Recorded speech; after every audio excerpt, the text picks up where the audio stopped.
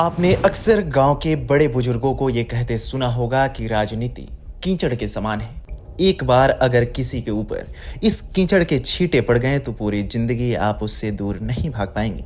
लेकिन इसी कीचड़ से निकले कमल को अपना पार्टी सिंबल बनाकर प्रचारित करने वाले पार्टी के लोग ही अगर समाज में कीचड़ फैलाने का काम करें फिर क्या होगा। जी हाँ, भाजपा नेता पिछले कई वर्षों से यही करते आ रहे हैं। देहरादून में भाजपा ऑफिस की नाली से कंडोम का ढेर निकलने का मामला हो, या फिर मोदी जी के लिए लड़की की जासूसी का मामला, या फिर कैलाश विजयवर्गीय और प्रदीप जोशी जैसे नेताओं पर रेप का मामला, ऐसे तमाम मामले भाजपा पर प्रश्न चिन्ह खड़े करते रहे हैं। अब भाजपा आईटी सेल के मुखिया अमित मालवीय पर भी राष्ट्रीय स्वयंसेवक संघ के सदस्य ने ही यौन उत्पीड़न का आरोप लगाया है। कहा तो यह भी जा रहा है कि उनके लिए पश्चिम बंगाल के 5 स्टार होटल्स में स्थानीय नेता लड़कियों की सप्लाई करते थे और बदले में नेताओं को अध्यक्ष का पद ऑफर किया जाता था। दरअसल 7 जून को शांतनु सिन्हा ने बांग्ला में एक फेसबुक पोस्ट लिखा था। इसका हिंदी अनुवाद कुछ इस तरह है: क्या अमित मालवीय अब भी कोलकाता के 5 स्टार होटल में इस इंतजार में बैठे हैं कि कब सुंदर बंगाली लड़कियों की सप्लाई होगी? क्या बंगाल लीडरशिप में एक कंपटीशन खत्म हुआ कि कौन कितनी लड़कियों की सप्लाई कर अध्यक्ष पद का हकदार बनेगा? अनुरोध है कि कंपटीशन इस बात का करें कि समर्थकों और कार्यकर्ताओं का साथ कैसे निभाया जाए। अमित मालवीय और दिल्ली से भेजे गए ऑब्जर्वर को लड़की सप्लाई कर अध्यक्ष पद पाने के लिए कंपटीशन न करे। बंगाल का नेतृत्व हाथ पर हाथ धरे न बैठे रहे। शांतनु सिन्हा के इस खुलासे के बाद पश्चिम बंगाल के साथ साथ पूरे देश की राजनीति में भूचाल आ गया। विपक्षी पार्टियों ने इस मसले को लेकर सवाल उठाने शुरू किए। मीडिया चैनल्स पर यह खबर प्रमुखता से नहीं दिखाई गई, लेकिन विपक्षी पार्टियों की सक्रियता ने सभी का ध्यान इस मसले की ओर मोड़ दिया। कांग्रेस की ओर से इस मसले पर प्रेस कॉन्फ्रेंस करते हुए सुप्रिया श्रीनेत ने कहा, आरएसएस के सदस्य शांतनु सिन्हा ने भाजपा आईटी सेल के प्रमुख अमित मालवीय पर घृणित गतिविधियों में लिप्त होने के आरोप लगाए हैं। उनका कहना है कि मालवीय महिलाओं के यौन शोषण में लिप्त हैं। सिर्फ 5 सितारा होटलों में ही नहीं, बल्कि पश्चिम बंगाल के भाजपा कार्यालयों में भी उन्होंने महिलाओं का शोषण किया है। श्रीनेत ने आगे कहा, हम भाजपा से केवल यही चाहते हैं कि महिलाओं को न्याय मिले।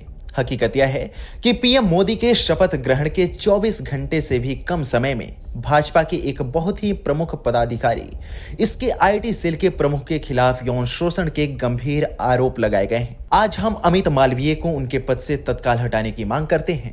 यह एक अत्यंत प्रभावशाली पद है, यह शक्तिशाली पद है और इसकी कोई स्वतंत्र जांच नहीं हो सकती। जब तक उन्हें उनके पद से नहीं हटाया जाता, न्याय नहीं हो सकता। विपक्षी पार्टियों की ओर से सवाल उठाए जाने और शांतनु सिन्हा के पोस्ट के वायरल होने के बाद अमित मालवीय ने उन्हें लीगल नोटिस भेजा और आरोपों को फर्जी बताया था, लेकिन अभी तक शांतनु की ओर से वह पोस्ट हटाया नहीं गया है।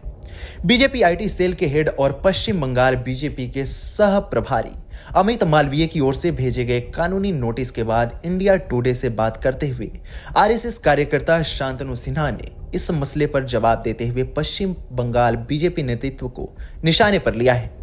उन्होंने स्पष्ट रूप से कहा, अपनी फेसबुक पोस्ट में मैंने कुछ सवाल उठाए थे कि अगर अमित मालवीय बंगाल आएंगे तो क्या बंगाल लीडरशिप उनको लड़की सप्लाई करेगी?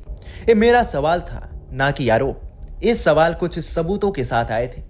हमारे पास कैलाश विजयवर्गीय और प्रदीप जोशी जैसे नेताओं के सबूत हैं जिन पर बंगाल में रेप के आरोप लगे थे।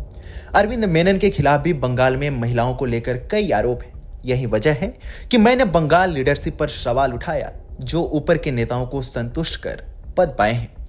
शांतनु सिन्हा ने आगे कहा, मैं ये नहीं कह रहा हूं कि अमित मालवीय ने महिलाओं के साथ कुछ गलत किया या उनका शोषण किया। मैंने बंगाल के नेताओं पर सिर्फ सवाल उठाए कि वे अमित मालवीय और दूसरे नेताओं को लड़की सप्लाई कर अपना पद बचा रहे हैं। हमने पहले भी ये सब बंगाल में देखा है। मैं अपने आरोपों पर कायम हूं कि बंगाल बीजेपी में ऐसे लोग हैं जो नेताओं को लड़की सप्लाई कर अपने पद का लाभ ले रहे हैं। आपको बता दें, इससे पहले भी भाजपा के तमाम बड़े नेताओं पर ऐसे घिनौने आरोप लग चुके हैं। कैलाश विजयवर्गीय और प्रदीप जोशी पर भी रेप के आरोप लगे। बकौल शांतनु, उनके पास इन नेताओं के सबूत भी हैं। प्रदीप जोशी का एक युवक से सेक्स चैट वायरल हुआ था और कुछ वीडियो क्लिप भी वायरल हुई थी, जिसके बाद उन पर एक्शन हुआ और उन्हें पद से हटाया गया था। वैसे ही साल 2013 में शिवराज सरकार के वरिष्ठ मंत्री राघव जी भाई पर अपने नौकरों से ही अप्राकृतिक यौन संबंध बनाने का आरोप लगा था। उस वक्त राघव जी की उम्र 80 वर्ष थी।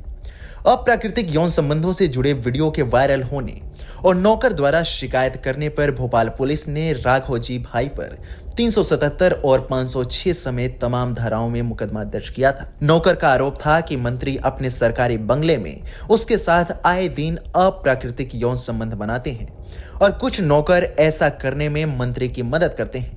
इस कांड के उजागर होने के बाद भोपाल से लेकर दिल्ली तक बीजेपी में जबरदस्त हड़कंप रहा था। शुरुआत में बीजेपी बचाव की मुद्रा में दिखी थी, मगर बीजेपी की अपनी शुरुआती जांच में यह आरोप सही पाए गए थे और उन्हें पद से हटा दिया गया था। अब अमित मालवीय के मामले में भाजपा क्या करती है, यह देखने वाली बात होगी और इसी पर सभी की नजरें टिकी हुई है। आप इस मसले को लेकर क्या सोचते हैं, हमें कमेंट सेक्शन में जरूर बताएं।